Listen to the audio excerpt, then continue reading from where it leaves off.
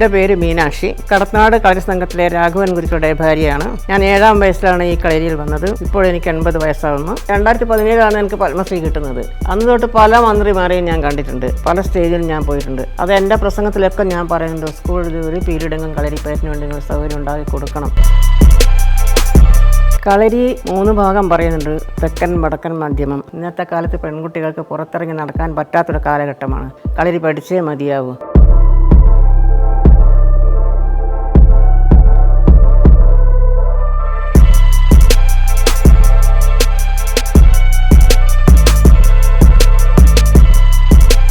ഏത് കുരുത്തം കെട്ട കുട്ടികൾ വന്നാലും കളരി പഠിച്ചു പോകുമ്പോൾ അവരുടെ ശ്രദ്ധ, അവർക്ക് കളരി പഠിച്ചൊരു കുട്ടിക്ക് എന്ന് വെച്ചാൽ അതിനുള്ളൊരു ബലം, ഒരു ആത്മധൈര്യം എന്തായാലും ഉണ്ടാവും, ഒരു ശക്തി ഉണ്ടാവും. എവിടെ നിന്ന് രക്ഷപ്പെടാനുള്ള കഴിവ് അവരുടെ ബോഡിയിലുണ്ടാവും. നമസ്കാരം, എൻ്റെ പേര് മീനാക്ഷി. കടത്തനാട് കളരി സംഘത്തിലെ രാഘവൻ ഗുരുക്കളുടെ ഭാര്യയാണ്. ഞാൻ 7ാം വയസ്സിലാണ് ഈ കളരിയിൽ വന്നത്. ഇപ്പോൾ എനിക്ക് 80 വയസ്സാവുന്നു. 6ാം വയസ്സിൽ ഞാൻ സ്കൂളിൽ ഡാൻസായിരുന്നു ആദ്യം കളിച്ചത്. അപ്പോൾ ഡാൻസ് നല്ലപോലെ കളിക്കുന്നതുകൊണ്ട് സ്കൂളിൽ നിന്ന് മാസ്റ്റർ അച്ഛനോട് പറഞ്ഞ് ഇവിടെ അടുത്തൊരു കളരി ഉണ്ടാക്കുന്നുണ്ട്, ഈ കുട്ടിയെ അവിടെ കൊണ്ട് ചേർക്കണമെന്ന്. അങ്ങനെയാണ് ഞാൻ 7ാം വയസ്സിൽ എൻ്റെ അച്ഛൻ്റെ കയ്യും പിടിച്ച് ഈ കളരിയിലെത്തുന്നത്. അതിനുശേഷം 7ാം വയസ്സിൽ ഞാൻ കളരിയും ഡാൻസും ഒരുമിച്ച് കൊണ്ടുപോയി. 18 വയസ്സ് വരെ രണ്ടും കൂടെ നടക്കാൻ പറ്റാത്തതുകൊണ്ട് ഡാൻസ് നിർത്തി. പിന്നെ ഗുരുക്കളുടെ കൂടെ തന്നെ കളരിയിൽ തന്നെയാണ് ചിലവഴിച്ചത്. 7 വയസ്സ് തൊട്ട് 16ാം വയസ്സ് 18 വയസ്സ് വരെ രാഘവൻ ഗുരുക്കൾ എന്നെ കല്യാണം കഴിക്കുന്നത്. അതുകൊണ്ട് ഇന്ന് ഇത്രയും സമയം ഈ കളരിയിൽ തന്നെയായി. ഇന്ന് അദ്ദേഹം ജീവിച്ചിരിപ്പില്ല. 60 വയസ്സ് വരെ ഈ കളരിയിലെ എല്ലാ കാര്യത്തിനും മാഷുണ്ടായിരുന്നു. മാഷ് പോയതിനു ശേഷം ഞാനും എൻ്റെ കുട്ടികളും ശിഷ്യന്മാരും കൂടിയാണ് ഇപ്പോൾ ഈ കളരി നടത്തുന്നത്. കളരി 3 ഭാഗം പറയുന്നുണ്ട്: തെക്കൻ, വടക്കൻ, മധ്യമം. നമ്മൾ വടക്കൻ സമ്പ്രദായത്തിലാണ് പഠിപ്പിക്കുന്നത്. അതിൽ ഇപ്പോൾ മെയ് വഴക്കത്തിൽ ആദ്യം പഠിപ്പിക്കുക മെയ്പ്പയറ്റാണ്. പണ്ട് കാലത്ത് 13 വർഷം നല്ലപോലെ പഠിക്കുന്ന കുട്ടികൾക്ക് ഒരു കളരി എല്ലാം പഠിച്ചെടുക്കാൻ പറ്റും. ഇന്ന് അതല്ല, ഇന്ന് ദിവസവും കളരിയാണ്. പണ്ടൊക്കെ കർക്കിടക മാസത്തിൽ തമിഴ് മാസം മഴക്കാലം അപ്പോഴാണ് കളരി നടത്താറുള്ളത്. ഇന്ന് അതല്ല, എല്ലാ സമയവും കളരിയുണ്ട്. പിന്നെ കളരി പഠിപ്പിക്കുമ്പോൾ ആദ്യം മെയ്പ്പയറ്റാണ് പഠിപ്പിക്കുന്നത്. മെയ്പ്പയറ്റ് നല്ലപോലെ പഠിച്ച് തറ ഉറച്ചതിന് ശേഷമാണ് കോൽത്താരിയിലേക്ക് പോകുന്നത്. മെയ്പ്പയറ്റ് പഠിച്ച് തറ ശരിക്കും ഉറക്കം, പണ്ട് വീടെടുക്കുമ്പോൾ തറ കെട്ടുന്ന മാതിരി മെയ്പ്പയറ്റാണ് ആദ്യം പഠിക്കേണ്ടത്. അതിന് ശേഷമാണ് കോൽത്താരിയിലേക്ക് പോകുന്നത്. മുച്ചാൻ, കെട്ടിയാരി, കുന്തം അതൊക്കെ മെയ്പ്പയറ്റിലുള്ളതാണ്. ഒറ്റയാണ് പ്രധാനം. ഒറ്റപ്പയറ്റ് പഠിക്കാൻ കുത്തിരി ടഫാണ്. പക്ഷേ ഒറ്റപ്പയറ്റ് പഠിച്ചാൽ എല്ലാ ഭാഗവും പഠിക്കാൻ നമുക്ക് എളുപ്പം കഴിയും. അതിന് ശേഷമാണ് അങ്കത്താരിയിലേക്ക് പോകുന്നത്. അങ്കത്താരി വാള്, ഉറുമി, കത്തി, പരിച എന്നൊക്കെയാണ് അതിലുള്ളത്. നമ്മുടെ 3 ഭാഗങ്ങൾ 4ാമത്തേത് മെയ്പ്പയറ്റ് കഴിച്ചല്ലോ. അതിനുശേഷം 4ാം ഭാഗമാണ് വെറുങ്കൈ പ്രയോഗം.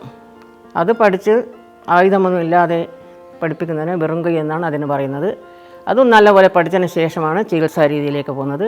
ഇതൊക്കെ പഠിച്ചെടുക്കാൻ ഒരുപാട് പഠിക്കാനുണ്ട്. നല്ലപോലെ പഠിക്കുന്ന കുട്ടികൾക്ക് വേഗം പഠിച്ചെടുക്കാൻ പറ്റും. അപ്പോൾ പണ്ട് കാലത്ത് ഒരു 13 വർഷം, ഇന്ന് അതല്ല, 1 കൊല്ലം കൊണ്ടൊക്കെ പഠിച്ച് തീർക്കുന്നൊരു സ്ഥിതിയാണ് കാണുന്നത്. എല്ലാം ഫാസ്റ്റായിട്ട് നടക്കുന്നു. പണ്ടൊക്കെ പെൺകുട്ടികൾ, ഞാനൊക്കെ പഠിക്കുന്ന കാലത്ത് ഒരു 10 പെൺകുട്ടികളെന്ന് പറയാം, അത്രയേ പഠിക്കാറുള്ളൂ. പ്രായപൂർത്തിയായതിനു ശേഷം പെൺകുട്ടികൾ കളരിയിൽ വരാറില്ല. ഇന്ന് അതല്ല, ഏത് പ്രായത്തിലുള്ള കുട്ടികളും പെൺകുട്ടികളും അമ്മമാരും അമ്മമ്മമാരും ഒക്കെ കളരി പഠിക്കുന്നുണ്ട്. പക്ഷേ പെൺകുട്ടികളാണ് കളരി പഠിക്കേണ്ടത്. ആൺകുട്ടികൾ പഠിക്കേണ്ട എന്നല്ല ഞാൻ പറയുന്നത്. ഇന്നത്തെ കാലത്ത് പെൺകുട്ടികൾക്ക് പുറത്തിറങ്ങി നടക്കാൻ പറ്റാത്തൊരു കാലഘട്ടമാണ്. കളരി പഠിച്ചേ മതിയാവൂ. ആരെയും തല്ലാനും കൊല്ലാനും ഒന്നുമല്ല, അവരുടെ സ്വയരക്ഷയ്ക്ക്. നമ്മൾ പുറത്തിറങ്ങി നടക്കുമ്പോൾ അവർ ഇന്ന് ഒറ്റക്കാണ് പല രാജ്യങ്ങളിലും പോകുന്നത്. അതുകൊണ്ട് കളരി പഠിച്ചാൽ അവർക്ക് നല്ല ശക്തി കിട്ടും.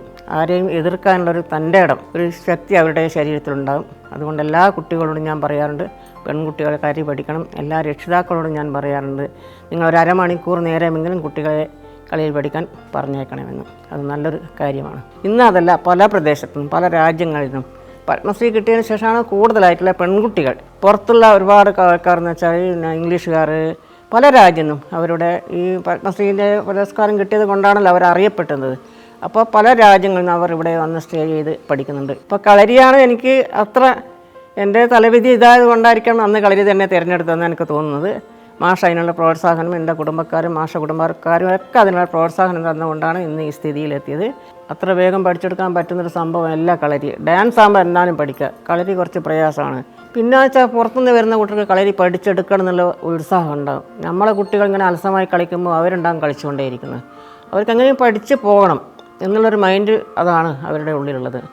അതുകൊണ്ട് 1 വർഷമോ 2 വർഷമോ വന്നു പോയി നിന്ന് കൊണ്ടിട്ടാണ് ഇപ്പോൾ അവർ പഠിക്കുന്നത്. തുടർച്ചയായി നിൽക്കില്ല. ഇപ്പോൾ 1 മാസം കഴിഞ്ഞ് പോയി 2 മാസം കഴിഞ്ഞ് പിന്നെയും വരാമെന്ന് പറയും, വരുന്നുമുണ്ട്. 2017 എനിക്ക് പത്മശ്രീ കിട്ടുന്നത്. അന്ന് തൊട്ട് പല മന്ത്രിമാരെയും ഞാൻ കണ്ടിട്ടുണ്ട്, പല സ്റ്റേജിലും ഞാൻ പോയിട്ടുണ്ട്.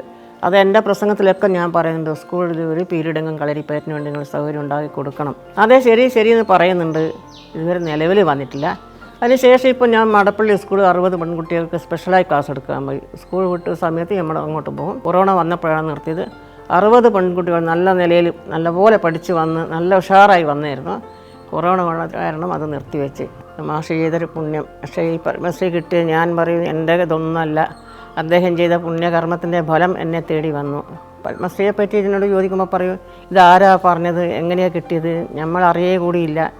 ഡൽഹിയിൽ നിന്ന് ഫോൺ വിളി വന്നപ്പോഴേ ഞാൻ അറിയുന്നുള്ളൂ. എല്ലാവരും തന്നെ അങ്ങനെ ഒരു സ്വപ്നത്തിൽ പോലും വിചാരിക്കാത്ത സംഭവമാണ് വന്നുപെട്ടത്.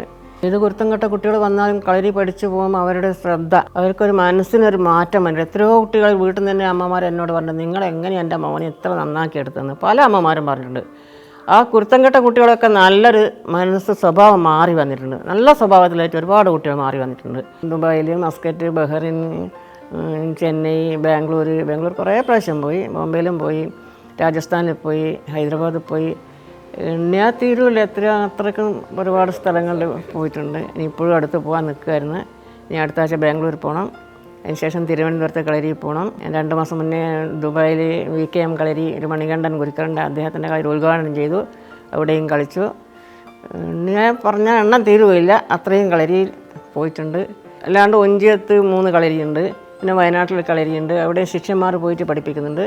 ഇനിയിപ്പം തിരുവനന്തപുരത്തൊരു കളരി തുടങ്ങുന്നുണ്ട്, അടുത്ത 16-ാം തീയതി സ്റ്റാർട്ട് ചെയ്യുന്നുണ്ട്. ഊരാളുങ്കൽ രമേശ സാറിൻ്റെ കയ്യിലാണ്. അത് നല്ലപോലെ പ്രവർത്തനമൊക്കെ കഴിഞ്ഞ് 16-ാം തീയതി അതിൻ്റെ ഉദ്ഘാടനമാണ്. നമ്മളെല്ലാവരും അങ്ങോട്ടേക്ക് പോകണം.